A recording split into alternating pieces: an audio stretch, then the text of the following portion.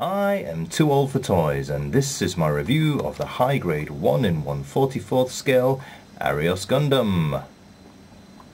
Size comparisons with a tin of pop. Bit taller than a tin of pop. Size comparisons with the high-grade 00. He's a teensy weensy bit taller than the 00.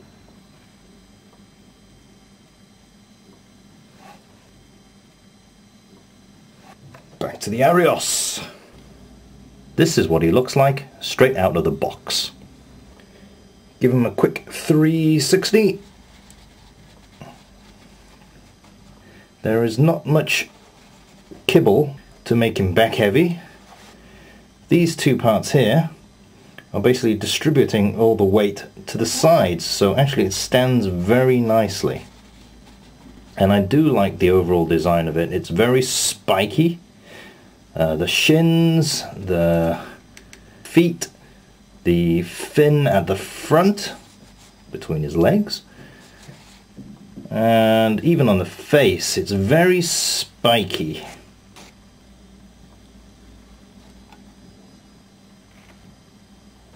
Mostly molded in orange plastic. There are not very many clear parts to this kit. There's the gem on his forehead, on his elbows, and there's a GN drive where his crotch is. What's happening there? Well, gives him that extra pelvic thrust, I suppose. Since we're already here, you can see that the beam saber handles are located beneath the front armor. So I imagine it's going to look rather peculiar when he's reaching for his beam sabers. Onto his articulation. There is articulation here in the armor above. The ankle is actually a ball joint, so you can tilt, rotate however you want to pose it. I'm not too keen on the hole in the soles of his feet. And if you tip it upside down, you can see that actually it's like an empty shell. I'm interested in how they'll tackle that in the master grade when it comes eventually.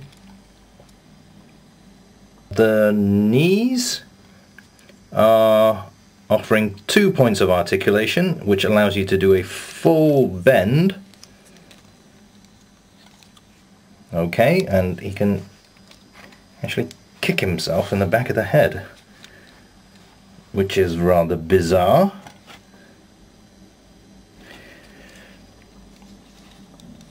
Yep, the legs lock straight down, which is something I do appreciate, especially in a transforming Gundam, because usually in the robot mode the knees will be allowed to bend in crazy directions, and right, there's no such issue with this guy.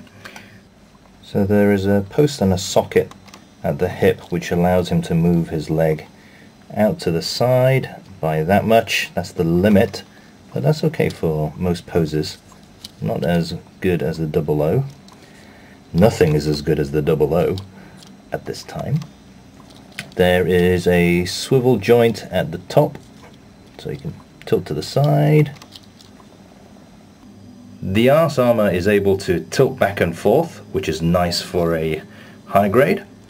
The armors at the front are attached by a ball and socket, which is again very nice for a high grade. This fin here is movable by virtue of its transformation, but okay, let's leave that alone. The waist, there is a post which allows sideways rotation, and also a ball and socket in the middle of the chest, so he can tilt forwards and backwards, sideways. It's very good. The shoulder is a ball and socket which is at the top of the torso rather than at the side, and that attaches to the armor here and then to the arm, and it allows for some rather spectacular posing. So he can move his arm out to the side and up to the top. You don't often see that in a high grade. Otherwise, his arms are nothing new if you've had a look at the 00 Gundam. There is a twist at the top, 2-point articulation of the elbow, and there is a sleeve which allows for further bending, and the ball and socket for the hand. But what is nice here is that the sleeve bends a lot more than on the 00. So what we get is the hand being able to touch the shoulder, which the 00 was never able to do.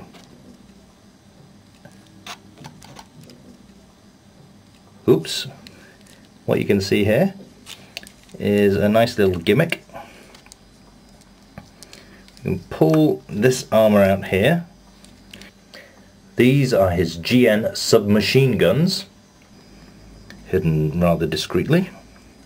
I don't think you're supposed to take it off completely, just to pop it out just enough to reveal the cannons.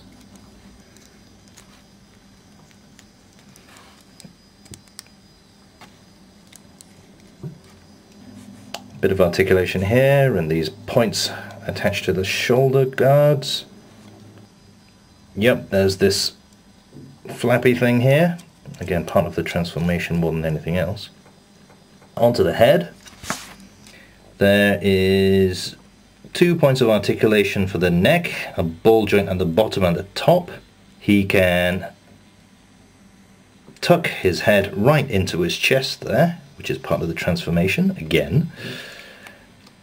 Tilt his head back quite some way so we can look upwards. There's not much obstruction from the collar, which means that he can turn his head left and right quite freely. And the obligatory chicken head is very much present and correct. Yep, no complaints about this mode. I think he looks fantastic. I think he looks very good indeed. And to have this stand available to mount him, the posing possibilities are pretty much limitless.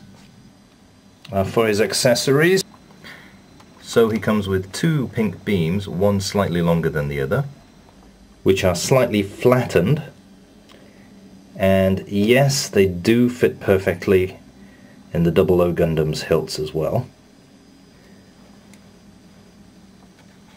No complaints in that department. This weapon is called the GN Twin Beam Rifle. Has a clear part here. Thankfully this isn't a sticker, it's part of the moulding of the grey plastic.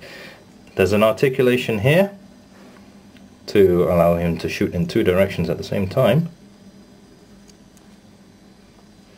And the handle is on a post to allow him to turn his handle 360 degrees. It's a very nice beam rifle. In terms of hands, he has 2 open fists, and where the 00 had an open palm, this guy comes with a clenched fist and is very, very detailed. You can even see the hole between his thumb and his forefinger. That's him in his robot mode. I'm going to go through the transformation with you. Tuck his head into his chest. Bring the shoulders right up over his head. Bring these points forward. There is a tab and a hole on each side of the nose cone. Okay, now if you turn him around, we'll bring down the cockpit canopy. We take the arse armour off,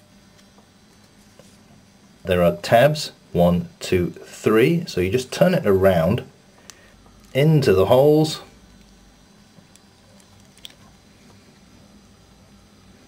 and there you go. It would have been fantastic if they could have this swivel round and then tab back. We'll straighten out his legs and swivel to the sides.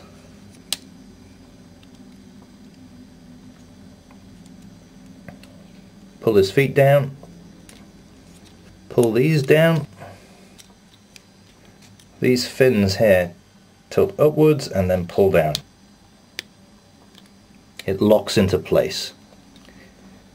Push the feet up, and you hear that? Another click. Locks into place. And you can see that these two pieces meet rather nicely here. It's not completely flush, but it's still pretty good.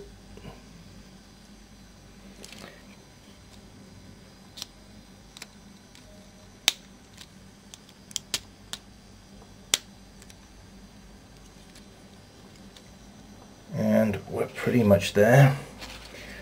I'll rotate the arms. Yep, locked back into this position. Bring the arms down. And finally, the fin here between his legs. From the front, from the side, from behind. Yeah, that looks like a spacecraft of sorts.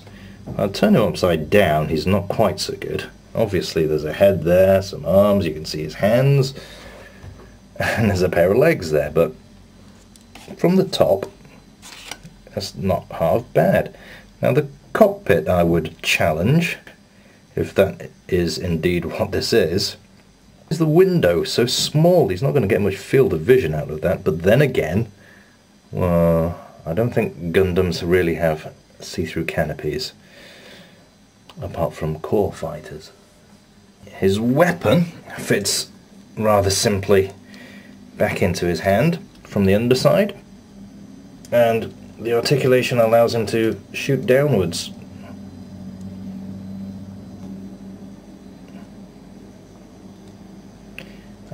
The extra feature here, of course, is that the nose cone does open up to form this claw. This is called his GN beam shield. Yeah, his stand. He has this piece for mounting the Arios when he's in his flight mode.